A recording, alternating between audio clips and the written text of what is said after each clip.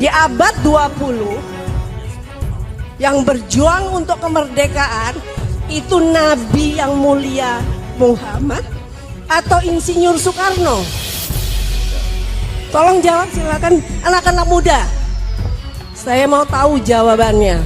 Nah, ini siapa lagi kira-kira pejabat yang akan, Masya Allah, di saat kita lagi merayakan Maulud Nabi SAW, kemudian Nabi kita, kalau kita dihina-hina nggak apa-apa. Kita ini orang sudah biasa dihina karena memang sesuai dengan perbuatan kita juga kadang-kala. Tapi kalau Rasulullah yang dihina, lebih baik mati kita. Saya Muhammad Akil Maulana, mahasiswa dari UIN Syarif Hidayatullah Jakarta. Memang benar pada saat abad awal ke-20 itu yang berjuang adalah Soekarno-Hatta, Insinyur Soekarno. Oke, stop. Hanya itu yang ibumu tanya. Terima kasih.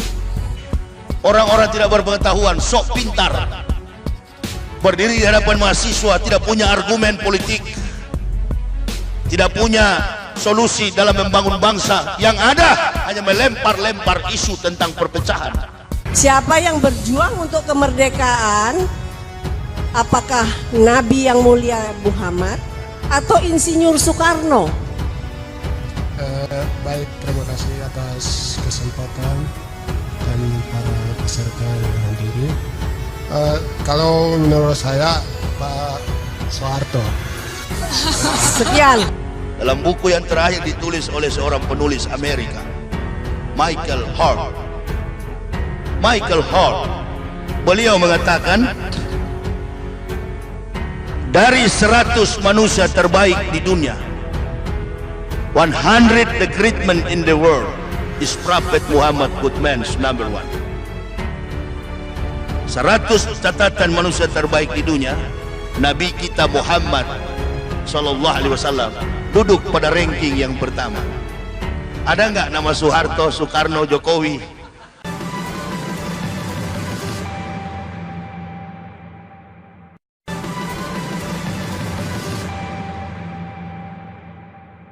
Nah, ini siapa lagi kira-kira pejabat yang akan, Masya Allah, di saat kita lagi merayakan Maulud Nabi SAW, kemudian Nabi kita, kalau kita dihina-hina nggak apa-apa. Kita ini orang sudah biasa dihina karena memang sesuai dengan perbuatan kita juga kadang-kala. Tapi kalau Rasulullah yang dihina, lebih baik mati kita daripada kita nggak bela.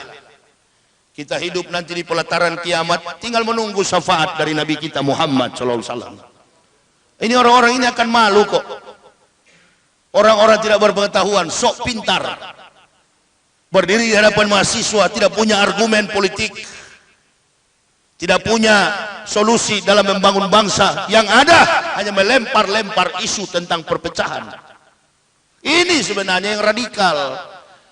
Ini sebenarnya yang pengadu domba. Bahaya. Allahu Akbar. Ini yang memecah-mecah belah persatuan dan kesatuan bangsa. Mayoritas kita orang Islam ini. Tapi bersabarlah ibu bapak, memang sudah begini dunia ini. Semakin hari semakin kita melihat Islam terus yang diganggu. Kami di lapangan ini, Allahu Akbar, penderitaan, beban mental, iman. Ibu bapak cuma di kota Medan, kami ini keliling Indonesia merasakan betul bagaimana kami ditekan dalam berdakwah itu. Tapi apakah seorang pendakwa dia kuat atau lemah? Kalau lemah dia tiarap, berhenti dia, robah materi yang pelan-pelan. Saya pribadi nggak begitu, semakin kau tekan saya, semakin melawan.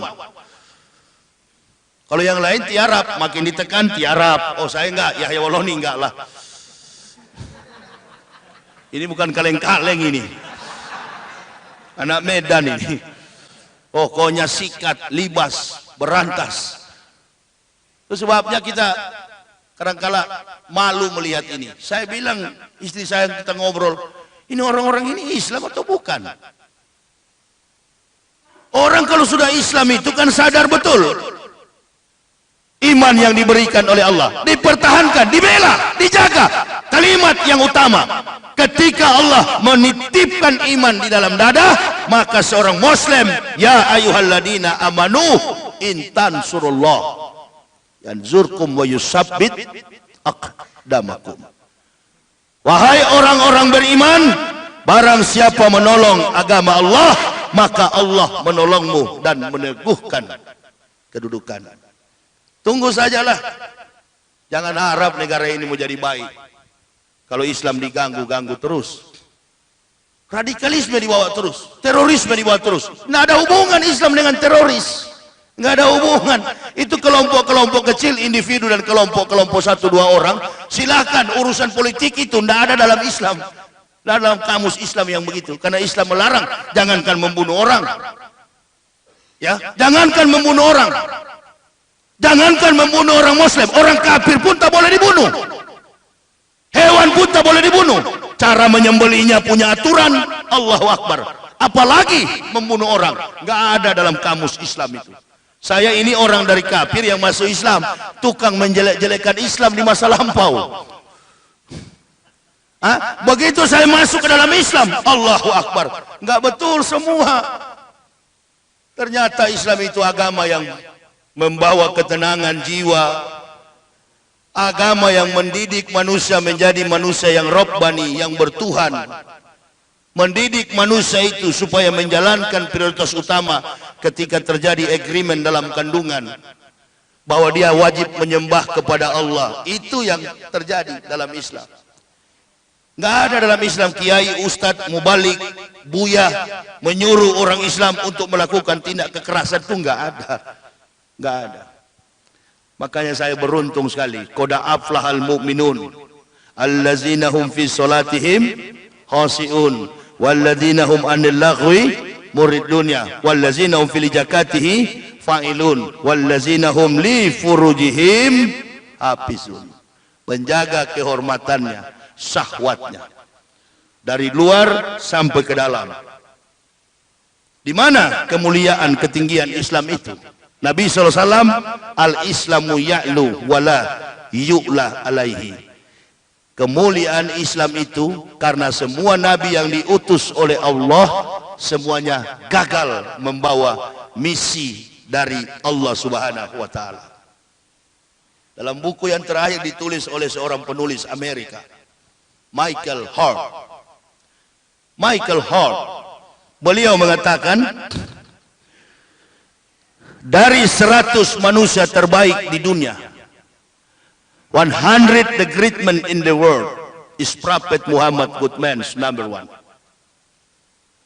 100 catatan manusia terbaik di dunia, Nabi kita Muhammad Sallallahu Alaihi Wasallam duduk pada ranking yang pertama.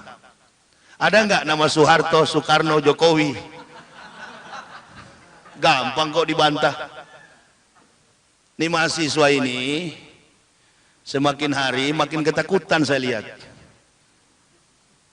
Dulu kan kalau ibu-ibu demo, waktu sebelum Pilpres kita demo berjuta-juta di Monas. Waktu kita demo itu, apalagi kalau ibu-ibu, emak-emak sudah turun, berarti apa yang terganggu? Masyarakat jelata sudah merontak demo. Apa yang terganggu? Perutnya yang terganggu. Tapi kalau mahasiswa sudah turun demo, intelektualitasnya yang terganggu. Karena memang yang dipimpin oleh orang-orang yang tidak punya kemampuan intelektualitas. Coba lihat, yang pintar-pintar itu habis semua disikut.